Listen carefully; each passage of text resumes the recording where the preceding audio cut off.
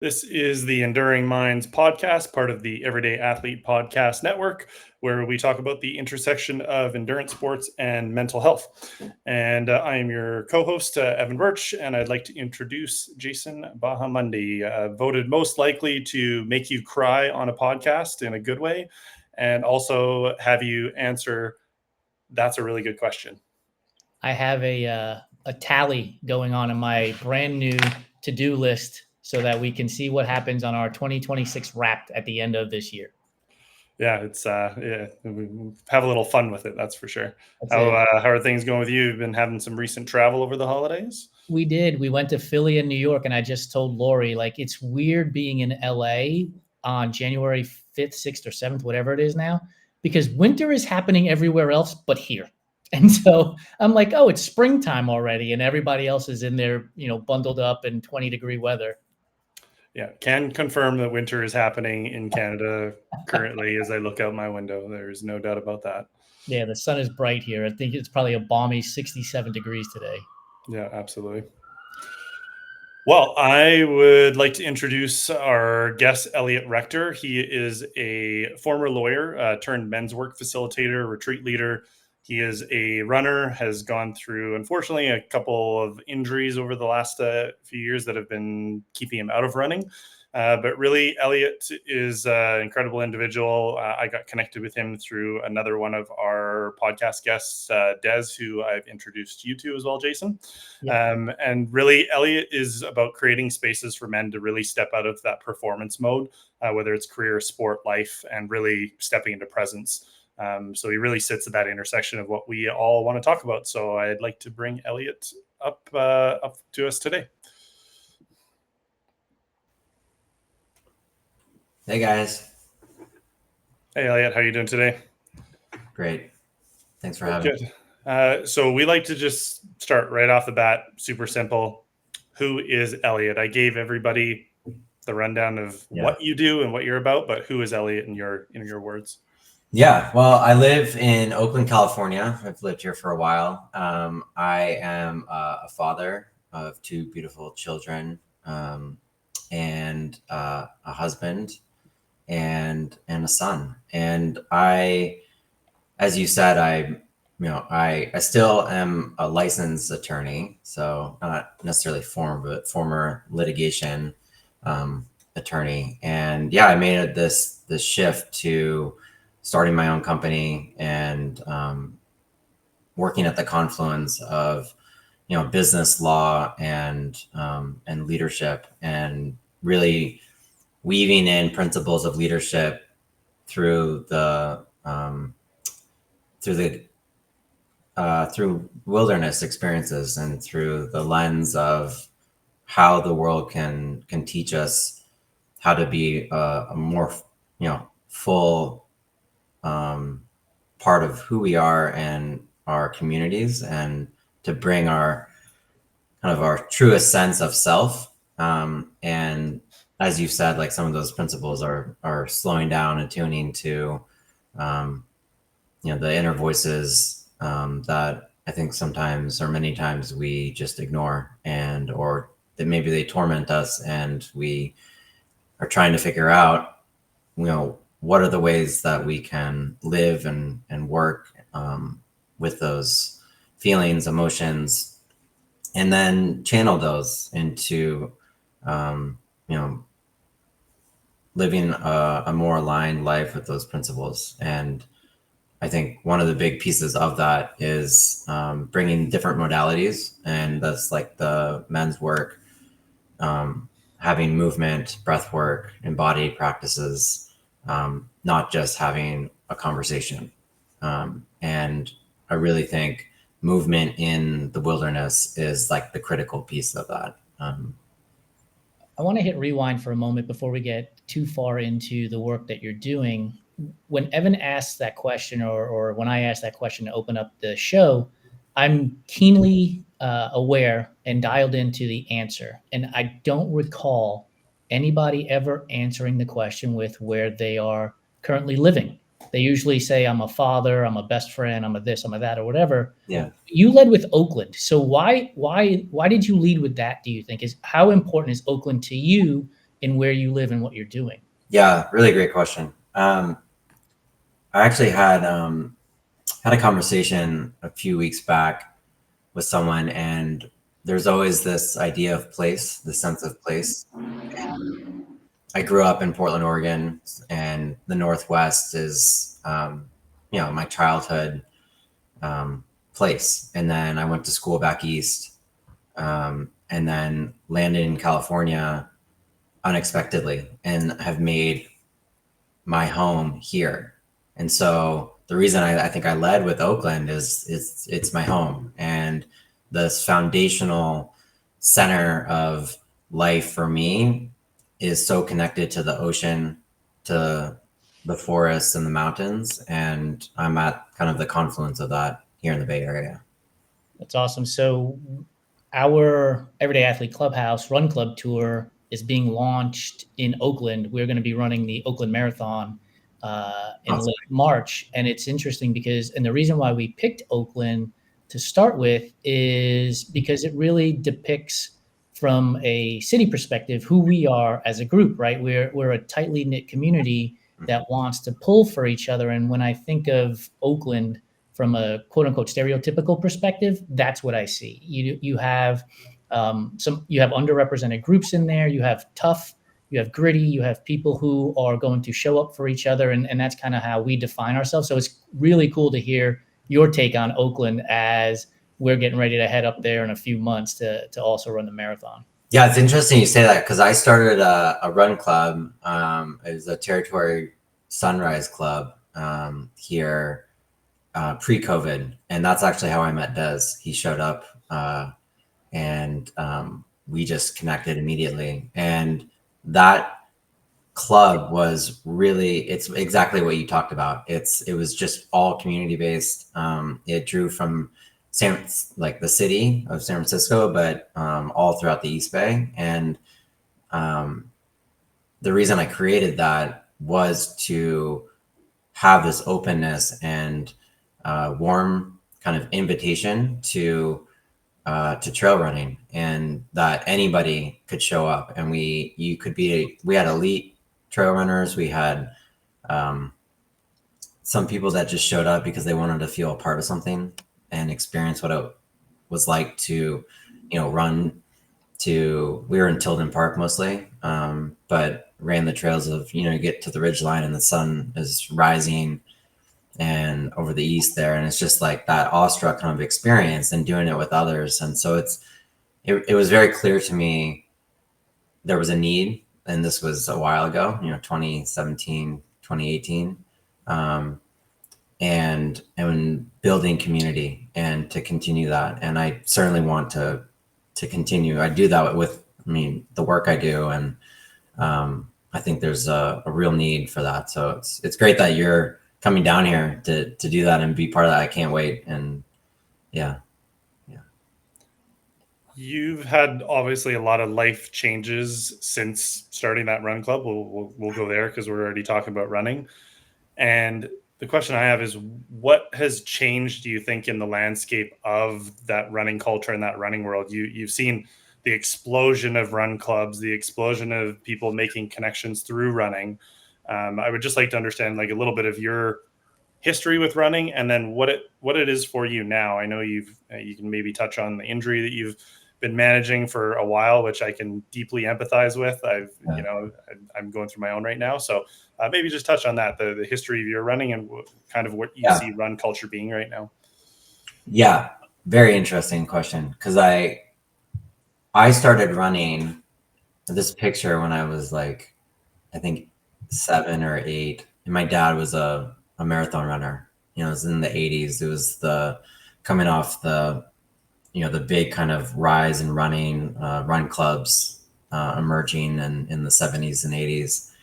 And I just ran with my dad, and I saw him as like the model runner, father figure.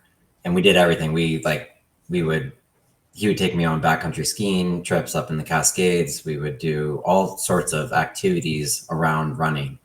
And I saw the connection that he was having with his community of runners, I think, just growing up. And so when I became kind of this separate, like I was a athlete, played soccer competitively, running was always part of that, right? In a very like performance oriented way.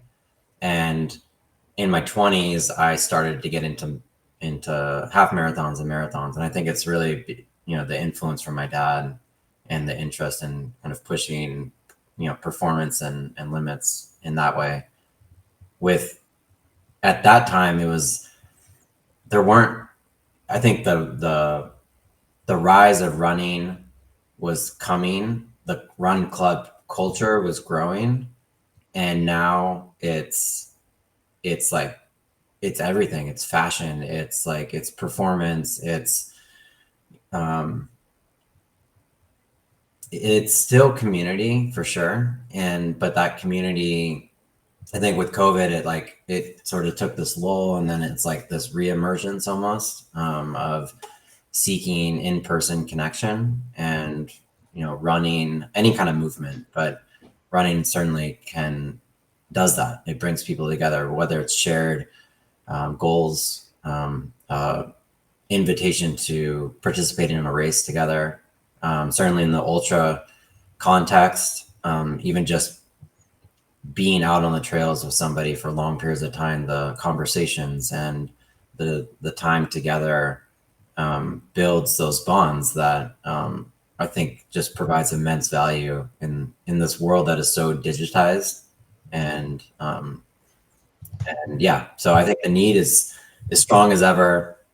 And the diversity of offerings is really cool now, because seems like there's a run club or a group for anybody, which I love. And I mean, one of the reasons I started that Sunrise Club was because I don't think there was all these like performance oriented, like let's do track workouts together and it's like the general population, there just wasn't a lot there. And it's really nice to see that there's so much more now.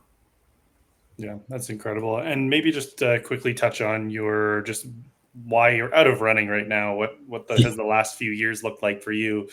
Because from a mental perspective, a mental health perspective, yeah, a lot of runners who define themselves or see themselves as runners, which you didn't right off the hop, like you didn't even really say I'm a runner, which I found really interesting.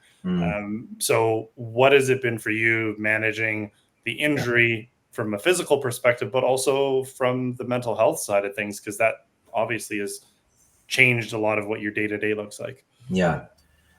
So the last marathon what I ran was the California International Marathon in 2015. And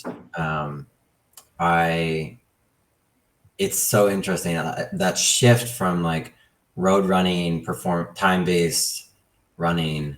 It went all to kind of just free flowing, running on the trails, running in the mountains. And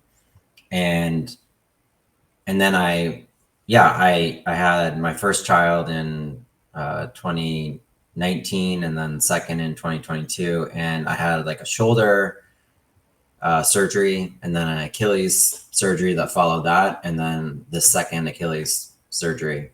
And so I've had 3 consecutive years of surgeries, recovery cycles. And it wasn't until last winter because our family is a big skiing family, and we were up in Tahoe for the season, and my son at the time was like 3 and he was getting on skis, and the prior season I was like skiing with him on me.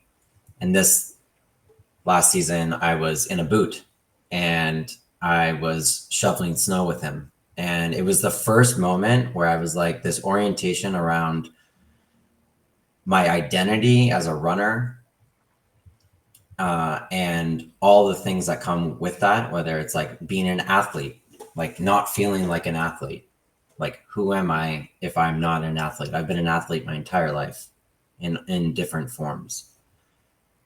And it was shoveling snow with him like every weekend that brought so much joy to the experience of being in the mountains and going snowshoeing with him and building a sled track and physically being in the mountains, which feels like home to me, with the people I love, gave me this reorientation around what it meant to be an athlete and a runner. And with the second Achilles surgery,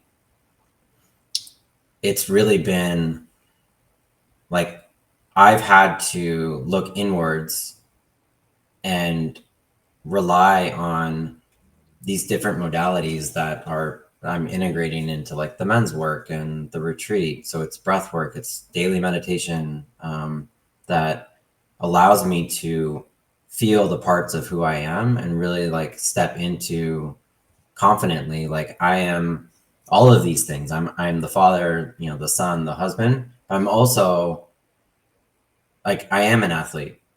I will forever be an athlete.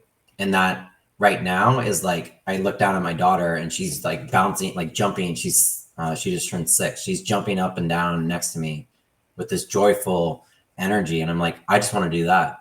I want a friend to say, hey, let's go backcountry skiing today. And I'm like, yeah, I want to like, and I want to perform at my greatest potential, which means having a healthy Achilles. So I'm going to heal as best I can and get to that level and have the freedom to be in the mountains, in the ocean with friends, with a community that, and just and play.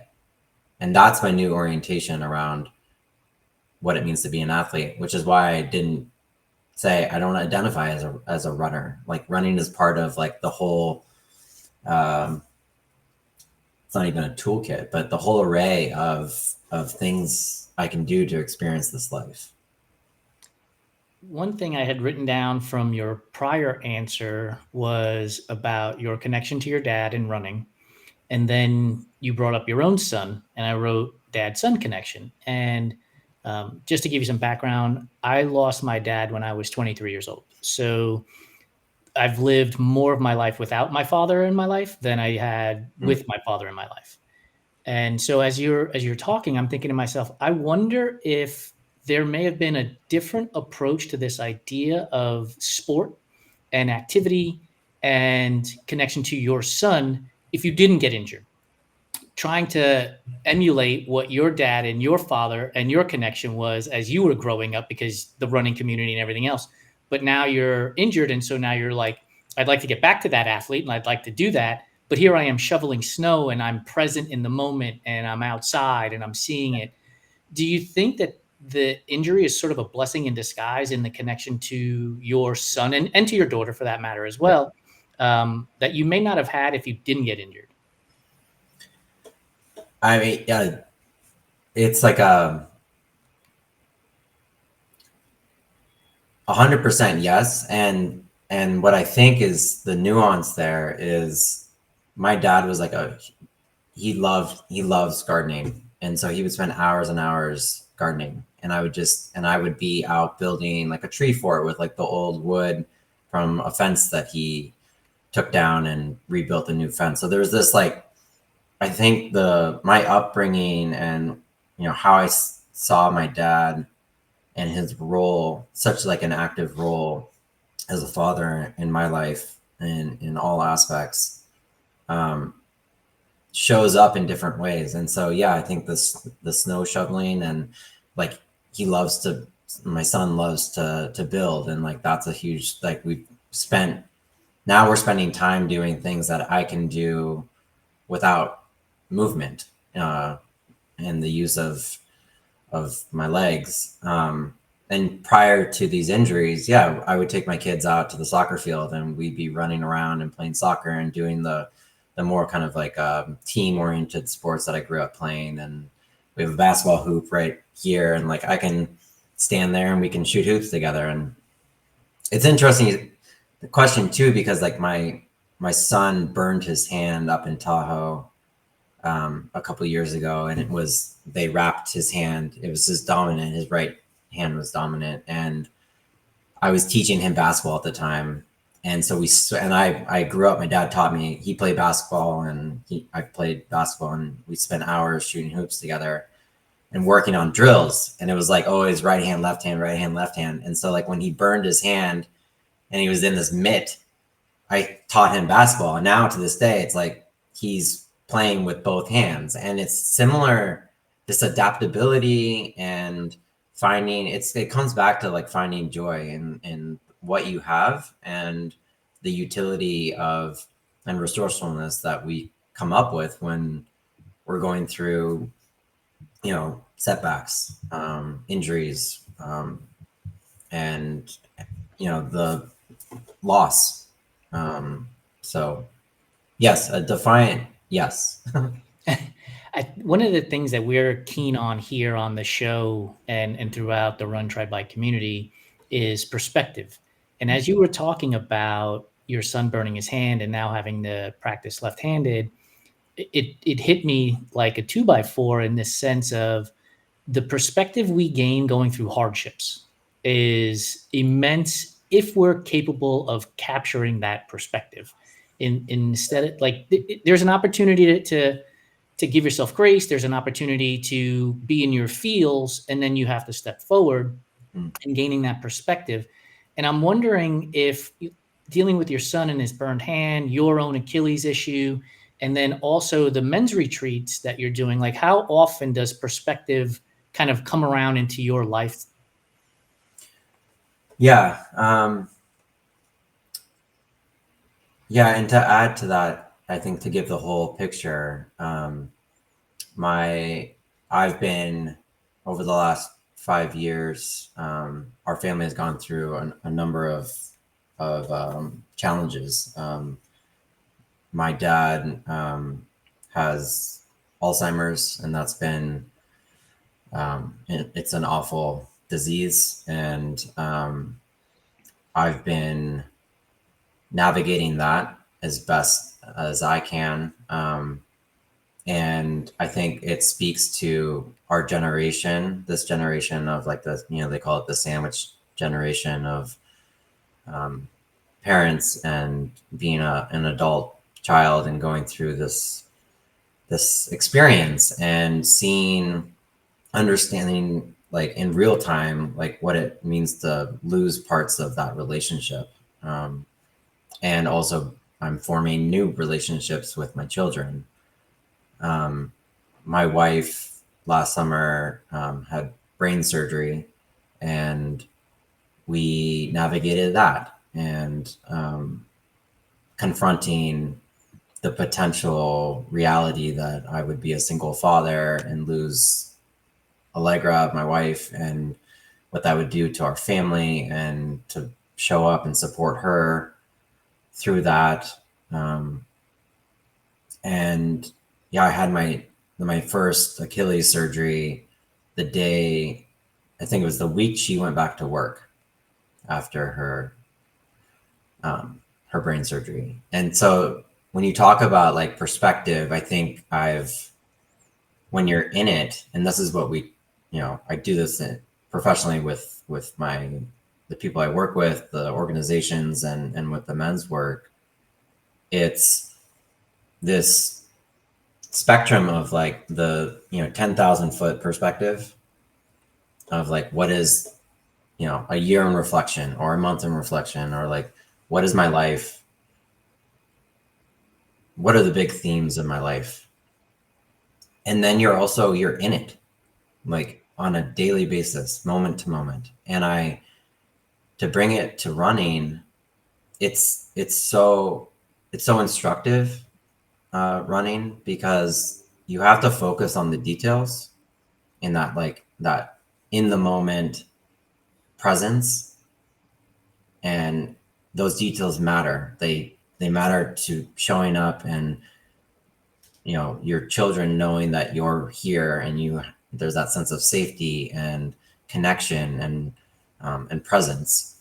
And there's also the zooming out of like, what do I have to do to take care of myself?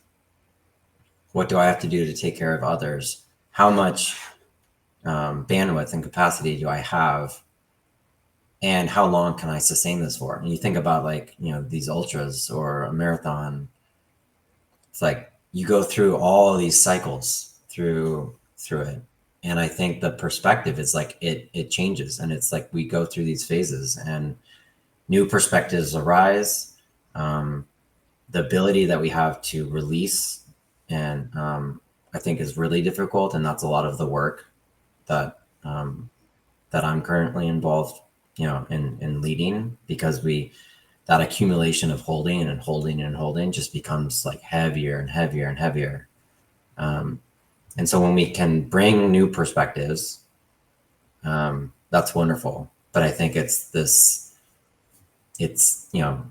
when people describe like the waves of life, and it really is, it's like how long can you stay on a wave, and how much malleability do you have to say, like, I got to get off this wave, and I'm going to like paddle out, and I'm going to look for this next one and figure out how to ride that one. Yeah. And no two waves are ever the same. No. It's going to be different no matter time of day, time of year, location. It's always going to be different. So I love that analogy. I do want to briefly touch on your lawyer background, only because I think it's kind of important to touch on this first before we move into what you're doing now, which I think is probably going to be the bulk of my questions that I'm going to have for you about it, because Sure. I think it's so interesting. So I would imagine there's not very many kids that grow up that go, I want to be a lawyer. You can prove me if I'm wrong. Maybe you were one of those kids, but it's obviously a very high demand profession. And from what you said when we initially first started talking before we started the podcast, you were letting us know that it was kind of one of those things that you got to a point where like you knew that it wasn't the path that you wanted to be on. So what did that success of being a lawyer start costing you before you decided to choose that different path? Yeah. I wanted to be an environmental lawyer. I wanted to do public interest environmental law. I think that was like I was really aligned with that. I went to, I did environmental consulting. I studied environmental policy throughout undergrad. I went to Lewis and Clark Law School and focused on that. I ended up practicing commercial litigation and like securities and financial services defense work, which is very different. And it provided, I mean, that work gave me such stability at that moment in my life, and mentorship from my supervising attorney and the partner in our law firm. And I learned so much about this, this area of law that now serves me really well. And but what it was, if I was showing up having to put on this hat that I didn't see myself as. I think a lot of us, you show up in different contexts as maybe like a version of yourself to adapt to a certain situation. But when you're having to show up every day and feeling like, I'm having to play a role, and leave a big piece of who I am at the door, it starts to slowly, it's like a death by 1,000 cuts. And that manifested in a panic attack unexpectedly, which felt like a heart attack. My daughter and wife were like sleeping in the other room, and I was in the kitchen, and I just like grabbed the table and was just like, oh, this is how I'm gonna die. Like, it's one of those like Motrin commercials where it's like, where's the aspirin? And after all the seeing a cardiologist and all the tests, they're like, no, you're perfectly healthy. It was like a realization of, okay, what are the things that not necessarily cause this, but what are the things that are out of alignment? And I kept coming back to, like, we've talked a lot about my father and that relationship, but my father was a teacher. And so his schedule always aligned with mine. And I always saw this, being a father was being present with your wife and with your children. And I wasn't. I was going to work at, before the sun rose and before my daughter would wake up, and I would come home when she was asleep. And it wasn't the way I wanted to live my life. And I didn't know professionally what was next, but I did know that like litigation, that was the end of the road for that. And I'm eternally grateful for that experience and for the skills and the relationships. But yeah, it was time to seek a different path. And I think looking back, talk about perspective, it's, having the courage to admit to myself, like, I don't want to be a partner, and I don't need that to have that validation as a part of my identity or value. I think that was a major moment of growth for me. Was that panic attack an immediate alarm wake-up call, or did you hit snooze and be like, I'm going to still try to go through this litigation thing? Like how, and the reason why I'm asking that is because, you've gone to school, you've gotten past the bar, and like all of these investments into this role Yeah. to get to this point. And I'm wondering how easy or difficult it was from a mental aspect to just walk away from that investment. Yeah, I didn't just walk. It was hard. So it happened in January of 2020, and I made the decision with my wife to leave that law firm. And my last day was in March when everybody was leaving San Francisco because of COVID. So I was like, I had my banker's box with all my stuff, and everyone's like pushing their screens and their chairs to take home with them. And that was on a Wednesday, and Friday there was this feeling of like, wow, this is not the time to take, not a sabbatical, but to take a break or to leave. And so I asked my boss, I was like, this is unprecedented, but I'd like to return. And he was like, great, I never wanted you to leave. So I worked another 2 years, and there was this sense of commitment and value and purpose around those 2 years of work during COVID. And I also, I knew long-term, like I couldn't sustain this. And so, yeah, my wife and I had conversations over time, and we made a plan, and the plan was to leave. I didn't have I had explored other opportunities to continue being a lawyer, but it really wasn't, that's not what I needed to be. And so it was hard, and it took really up until this like midway through last year to shed the identity as like, I'm valuable because I'm a successful money-making attorney. That idea of like the traditional breadwinner role of a man, it's rooted deeply in the psyche. And I think about that regularly, for sure. And yet I don't identify my value professionally, certainly, as I had to make partner. I had to continue along this track to say like the investment had paid off, I guess. And yeah. I'm going to make this next question super simple. We've already touched on men's retreats. Why men's retreats? Lot of men's retreats. Like, why? Lots of men's retreats. Yeah. There are a lot of men's retreats. What I created and then eventually what I envisioned and then co-created with Kevin Courtney and implemented this last October was blending movement, meditation, breath work, integrating that into a wilderness immersion experience, and creating this safe container where men can come together and bring a softer, more feminine experience. There's a lot of retreats that are, they're boot camps. They're like, let's do hard things together. There's a role for that, for sure. But what I'm seeing is the level of isolation, of disconnect, of numbing.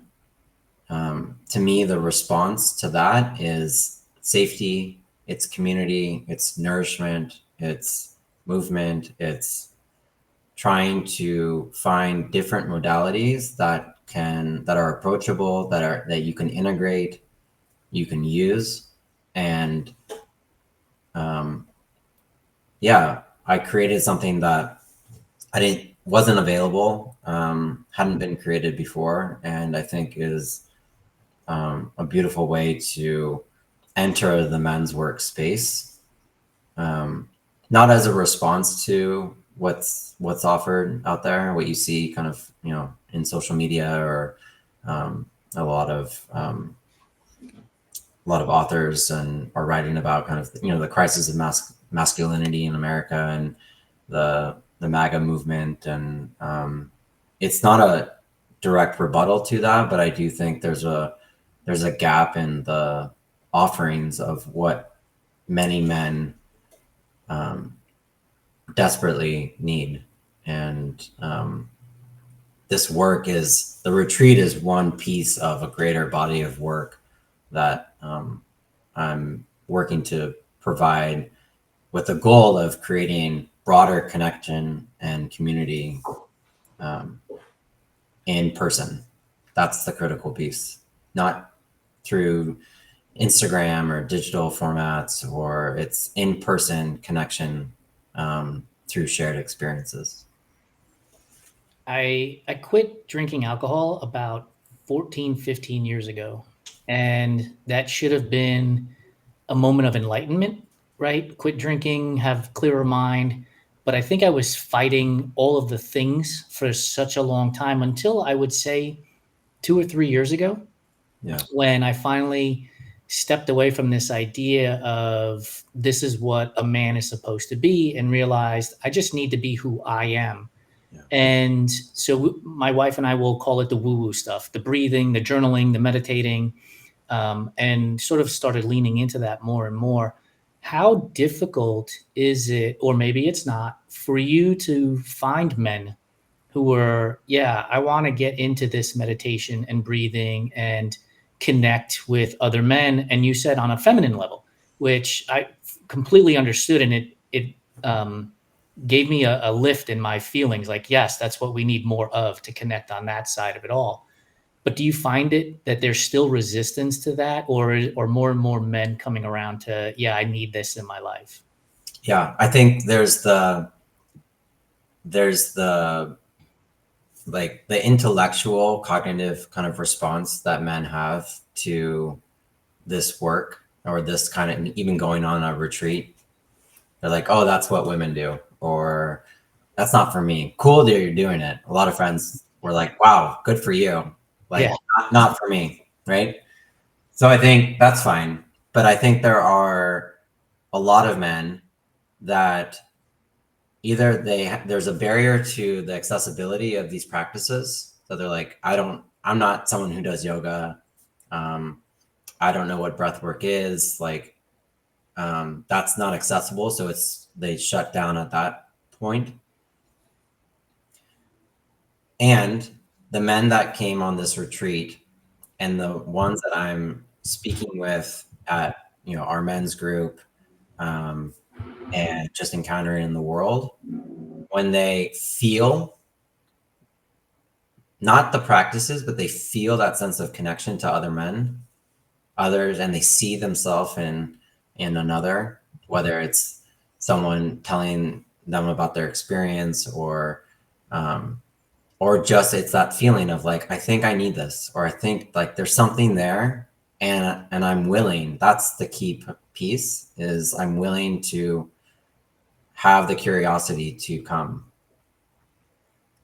It's a magical transformation. And I think the work that we all have to do is like, yes, let's speak more about it. Let's offer opportunities to connect through running, through all of these kind of shared experiences. And there's a lot of the depth of this work. It's not a, I'm not leading these retreats to tell men how to be. They, as you said, it's like the premise of this is come as you are. There is a safe container for you to be you. And when I'm from a leadership perspective, what I'm observing and experiencing myself as part of this community is the men needed that safety. They needed the opportunity, the offer, the invitation to participate, because we desperately want to feel connected to others. And we know, like, every one of the people that participated in this retreat, there's somebody out there. There's thousands of people like them. Geographically, they came from all over North America, east, west, south, like Texas, Virginia, New York, California, the Midwest. And it shows, I think, that there's a hesitation, whether you're an introvert or an extrovert, there's a hesitation to take that first step, to sign up, to announce to the world that, like, I want to be part of this. And I think the conversation around masculinity is, we need more of this. And it's like, well, where is it?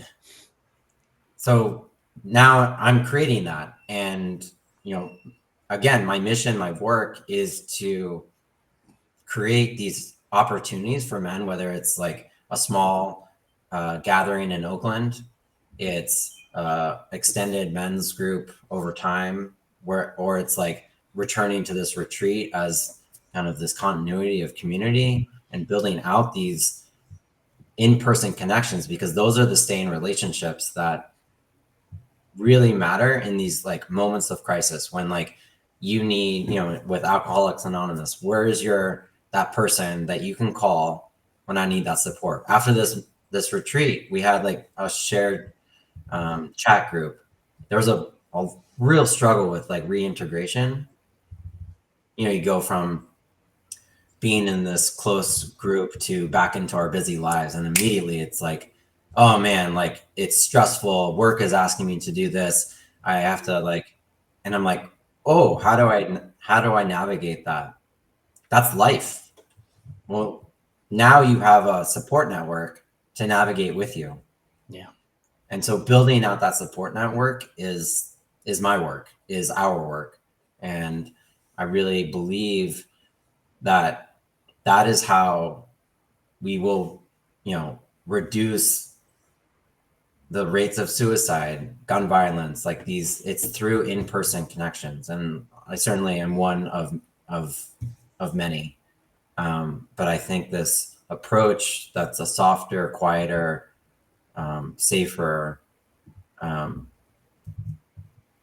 more nourishing opportunity to really connect with yourself and others that's what I'm creating, what I'm offering, and I think it's well received, and it's a matter of like trying to find more men, reach more men in this way. That aligns with what we have here with the Enduring Minds podcast. It's not in real life. It's not in-person connection, but the hope is that people see this show while they're scrolling, so they catch the reel, or they're on YouTube and they watch the whole video, or listen to it on any of the podcast platforms, and then hear your story, and you're talking about, let's get together in real life and sort of like have us be the AAA system to get you to the majors in a way, right? And along those same lines, I have clearly felt the need to have more and more of these conversations. Evan, I don't even think you know this, but we just launched the Clubhouse Roundtable. If any of you have ever seen the LeBron James Barbershop, right? Yeah. So we recorded our first episode last week. It'll come out on the 11th. So it'll come out before this episode comes out. And it's just 4 guys talking and just sharing our thoughts and being open and honest and vulnerable.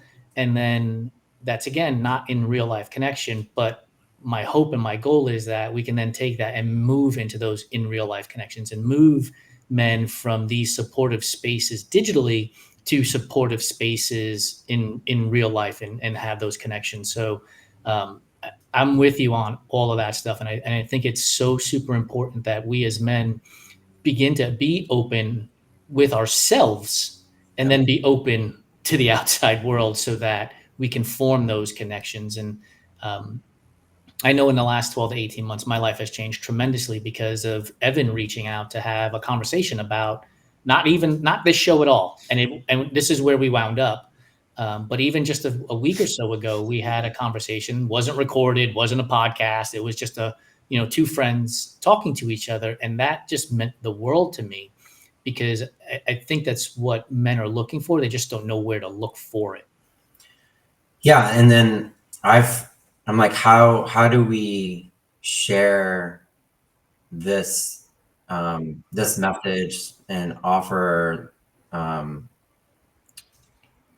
more I think transparency to what we're talking about, because there's a lot of language around, I think I said it, like the tagline is like, the crisis of masculinity. And it's like, okay, and where are we going to do the work, and how do people access that? Where do they, and they hear it from podcasts, they hear it from in-person relational kind of conversations, groups. And so it's a challenge to that communication and getting the word out. I think is it takes time. Yeah, absolutely. And I think, Elliott, when Des connected you and I together, obviously we saw a lot of alignment in our stories. I mean, from being athletic, playing soccer, to the breath work, to our career trajectories and things changing and for different reasons. And I mean, if you were to all put it on the line, it's kind of funny how it all lines up. But I think the thing that kind of rang out to me through all of this is that word curiosity. And I think that's, that is on the other side of fear. Like fear and curiosity, like those are the two opposites in my mind. And I think fear is what stops a lot of men from moving forward, because they don't know what's on the other side. And I would imagine with these men's retreats, like all of that noise that is in their daily life, when they show up to these retreats, they don't have, they don't have a role to perform. They're not trying to impress anybody. Like, could you maybe just touch on like, what are the men that are showing up to these retreats? What are they carrying? And, what are they afraid to name? Yeah. There was a father on this men's retreat who didn't know what he needed, and he just trusted me and Kevin and the format. And he showed up day one, and the retreat was it's at Bodega Ridge on Galiano Island, so off the coast of southern Gulf Islands and off the coast of Vancouver, BC. And so you arrive by ferry boat, and it's kind of like this, and then you land on the land. And he was so exhausted. He has three children, and owns a business, and he was just like, I needed rest. And the first day of this retreat was grounding and landing, and a lot of the wilderness immersion aspects was attuning to the details of your surroundings, and the being immersed in these beautiful forests. It's like the whole experience, like the down regulation of your nervous system, the silencing of all of the external responsibilities and the noise that you regularly have to manage, start to fall away. And that offers the opportunity for that opening. And that so you see like someone like that, you see it, there were a couple of guys that were in their 20s that are in these major life transitions post college, and they're just trying to get their footing in the world, and to have that transfer of wisdom from the young to the older, and to have that intergenerational connections, and to see men at all kind of stages of life show up, and most of them not knowing what they need, and or how they're going to receive what is being offered, whether all these different modalities, the experiences. But it kept coming back to men need each other. They need the opportunity to be themselves, and they need the solitude and the quieting to begin to access the parts of who they are that I think we either disregard, we can't hear beyond the noise, we numb with substances and addiction, all the different kind of forms of addiction. And so these opportunities to really come together and to see each other as, you know, humans at different ends of the spectrum of life with all this different life experience, and they're holding all the kind of things that you can think of, and they're offered the opportunity to just be fully nourished through delicious food and community, through time to, like, many guys took naps in the forest and just like they'd go for a swim in the ocean and then take a nap for like an hour or two, practicing their dirt naps. Yeah, I mean, it was just like it was remarkable to see, like, they knew what they needed. They just needed the space. Almost like permission. They almost needed permission to do Absolutely. this, right? Like, you don't have to grind yourself into dust on a regular basis to be considered successful. One of the things that I was thinking about while you were talking is we've talked about community and perspective. And one of the things that, as you were giving that explanation, that popped into my head was respect. Like, in those moments out on those retreats, those men are probably learning to respect themselves, Yes. which then allows them to go out and respect people in their community and in their workspaces. And I'm going to guess leads to a happier life. Yeah, one of the men on the last day said, I finally feel seen. And there was a part of me when I heard that, it just felt so sad and also so optimistic for what is to come. Yeah. It's like he you know, he's in his late 40s. It's like, how long have you yearned to be seen, and to be seen by a group of peers for who you truly are, was transformative for him. Elliott, I turned 52 at the end of last year, and it wasn't until recently that I could say that same thing, that I finally feel seen. And the large majority of it is because I was painting a picture for everybody else. I wasn't painting a self-portrait. I was painting this idea of what I thought other people wanted to see in me. Right. And so at the end of 2025, I said to myself, I've been really open and vulnerable, or at least more open and vulnerable in 2025, but 2026, I'm going to do even more of that. And I want to be more open and vulnerable. I've talked about alcohol abuse in my life, and I quit drinking 15 years ago, but I never got into why I quit, right? I left that up to people's imaginations. The reality is I'm an asshole when I'm drunk, like a complete and utter asshole.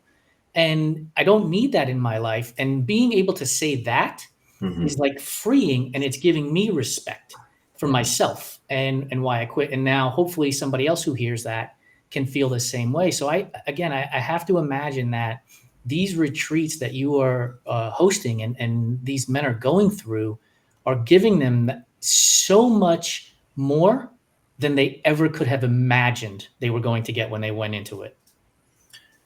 Yeah. And I think one of the pieces that's so critical here is, we've talked about it, it's permission. And the retreat is designed in a way really intentionally to give every participant the opportunity to just be. And how infrequent do we allow ourselves to just be? And one of the pieces that I offered to the men was to find the magic in the ordinary. And whether it's through, a walk in the forest, or listening to an owl at night, or discovering how the light hits the water differently. And it's these details that in the retreat experience that they will carry forward and bring greater care to themselves, to their loved ones, to their broader community.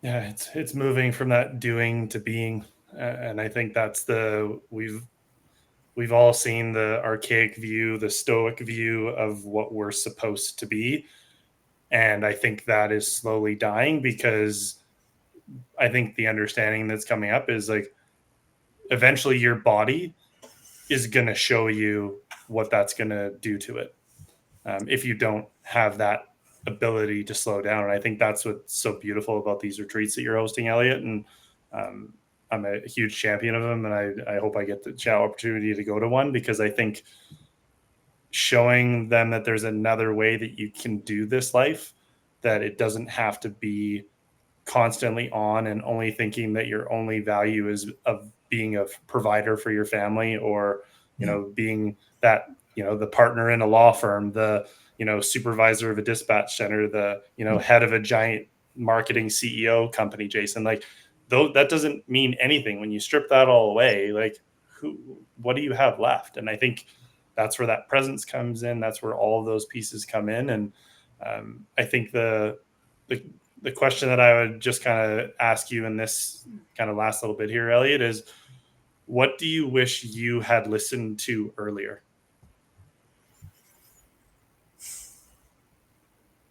I think there's two diverging answers to that. One is I don't think I would change any of it. I think there's so much growth through the difficult moments of our lives, and having developing the resilience and the openness to and curiosity, what we've talked about, to trying to find my way through life, I think has been really tragic at moments, sad, and also really joyful. And that's what the lived experience is. I think the other response is we have these, that our intuition, like we have to trust our intuition. And I heard that voice for many years, and the pressures of expectation and society overrode that voice for a long time. And I think if I had listened to that, maybe I would be a teacher like my father, and a soccer coach. I don't know. And instead of a lawyer. But I don't need to change that.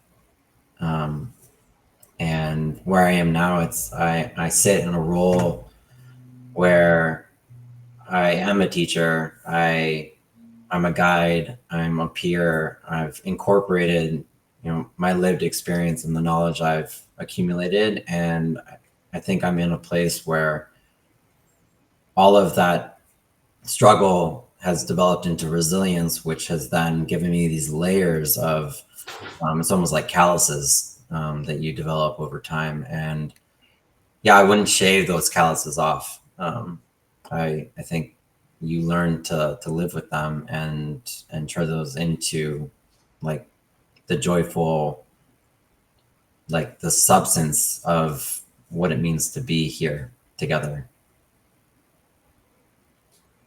Yeah, that's beautiful, Elliott. We've been finishing off with one final question. I didn't tell Jason I was going to change it today because it's always fun when we do that to each other. I've been leaning more into this kind of thought process of the here and now, and really what's happening right now, because it's so easy for us to get so far ahead of like, what do we want to do? What do we want to become? Mm-hmm. So the question I have for you now is, what's on your mind right now? In this very moment? In this very moment from the conversation. Like, that's good, dude. Yeah, wow. I feel like this immense gratitude to you, to both of you, to have the opportunity to talk about, my lived experience, my work currently, and what the three of us, it's clear, like, what men can look to, in terms of there's a way forward and there's a different way forward. And I think we live as these models, not for men to like say like, I'm going to be that, or I need to, strive to be them. It's that we have, I think, the willingness to talk openly about these tough subjects, these personal subjects, our stories. I just have this gratitude for you guys and what you've created, and that, the optimism of the future without expectation. Amazing. Where can people reach you, find you, hear more about the retreat, which I'm assuming you're going to be planning another one, at least one this year? Just maybe let everybody know where they can find that before we finish. So the next, our next men's retreat will be at same location, Bodega Ridge on Galiano Island, the first week of October 2026. There will be more information coming out, but my website, just elliottrector.com, has all of the retreat information. It has, the work that I do, one-on-one leadership work, and the work that I'm doing with organizations and companies. Amazing. And I just want to also thank you, Elliott. I think I'll speak for Jason in this. Like, we are extremely grateful for all the guests that we have on, when we can have conversations like this that literally have us all on probably the edge of tears every now and then. That tells you that we're hitting a sweet spot of where we're supposed to be.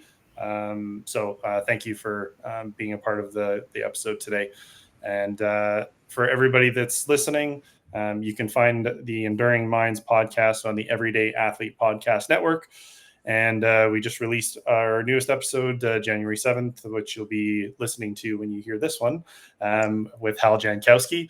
So please rate, subscribe, comment, Spotify, YouTube. It all helps us get this out to more people.